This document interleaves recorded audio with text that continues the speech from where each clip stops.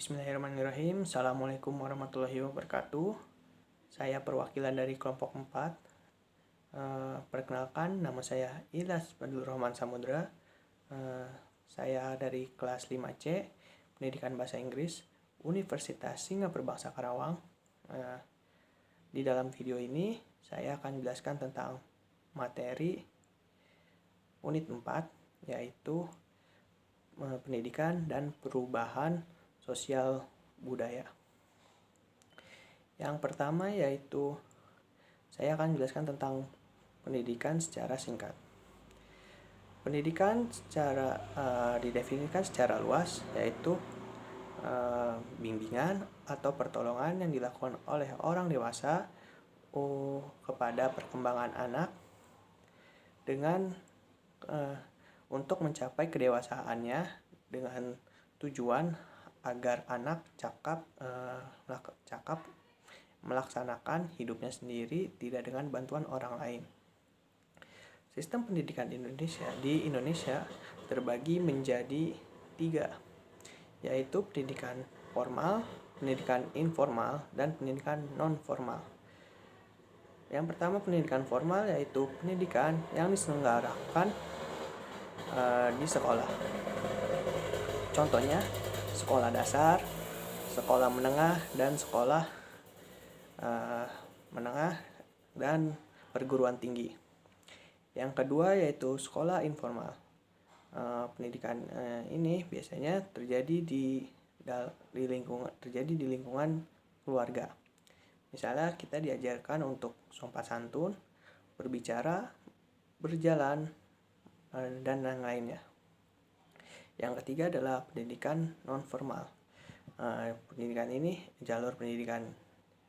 yaitu jalur pendidikan yang di luar pendidikan normal atau formal. Contohnya tempat pendidikan anak di masjid maupun di gereja atau di tempat ibadah lain, dan juga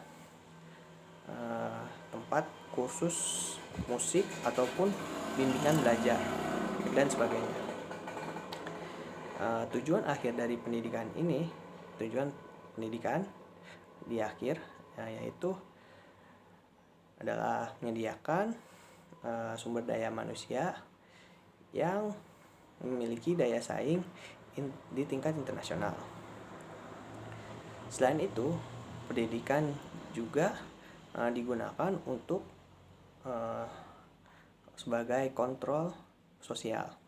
Maksudnya, sistem ini mengajak warga atau masyarakat untuk berperilaku sesuai dengan norma-norma sosial agar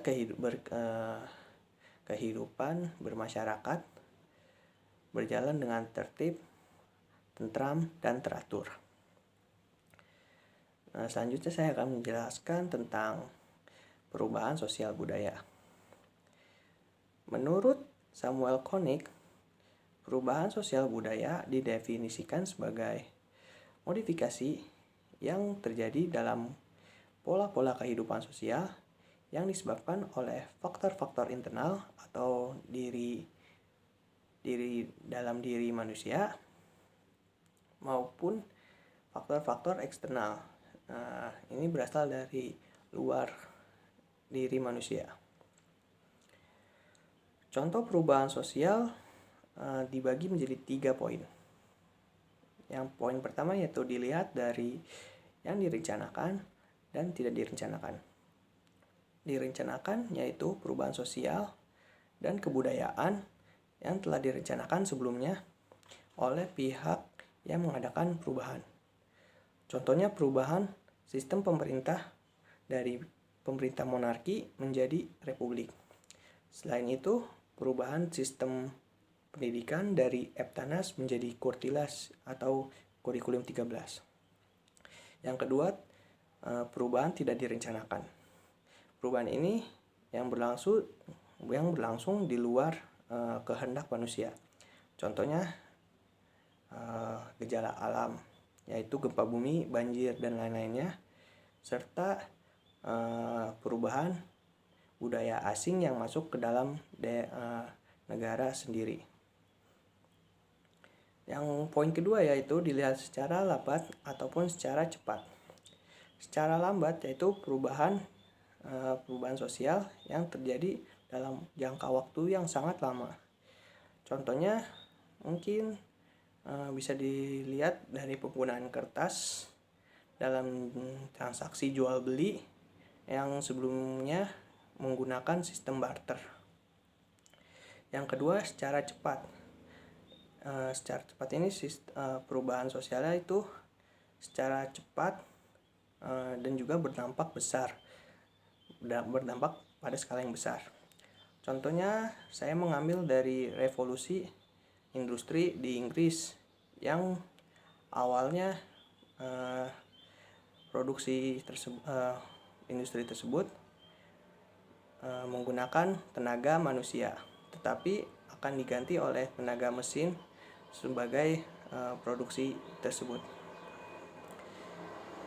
Yang poin yang terakhir ataupun yang ketiga yaitu dilihat dari pengaruh kecilnya maupun dan pengaruh besar. Pengaruh kecil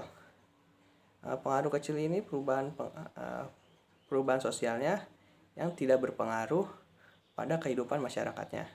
Contohnya yaitu model rambut maupun model berpakaian.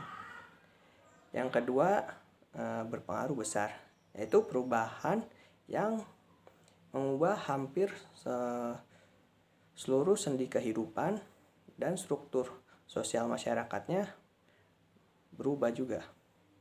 Contohnya yaitu yang saya ambil yaitu perubahan tentang otonomi daerah. Selanjutnya adalah faktor-faktor pendorong dan penghambat perubahan sosial budaya. Faktor pendorong sosial yang pertama yaitu adanya kontak dengan budaya lain. Seperti kita tahu, remaja atau generasi muda di zaman sekarang sangat banyak tertarik dengan budaya luar, seperti budaya Barat, budaya Korea, maupun budaya Jepang. Yang kedua adalah sistem pendidikan formal yang maju. Sebagai contoh, kita lihat sekolah-sekolah dasar di Indonesia ada juga yang berbasis internasional. Makanya itu sistem pendidikan yang sudah sangat maju. Yang ketiga adalah sikap menghargai hasil karya orang lain.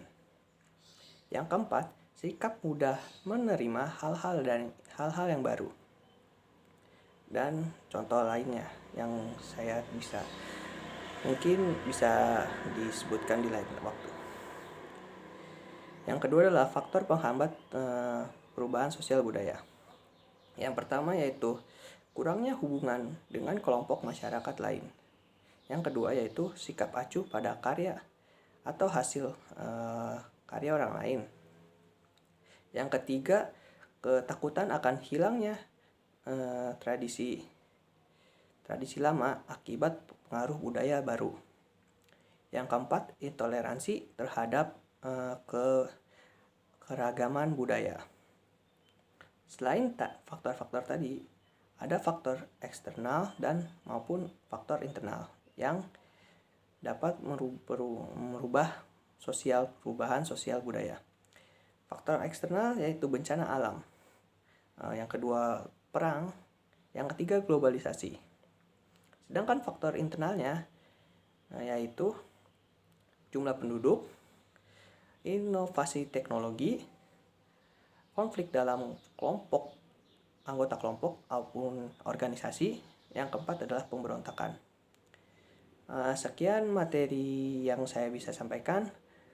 Semoga bermanfaat bagi kalian semua. Mohon maaf bila banyak kesalahan kata yang saya perbuat.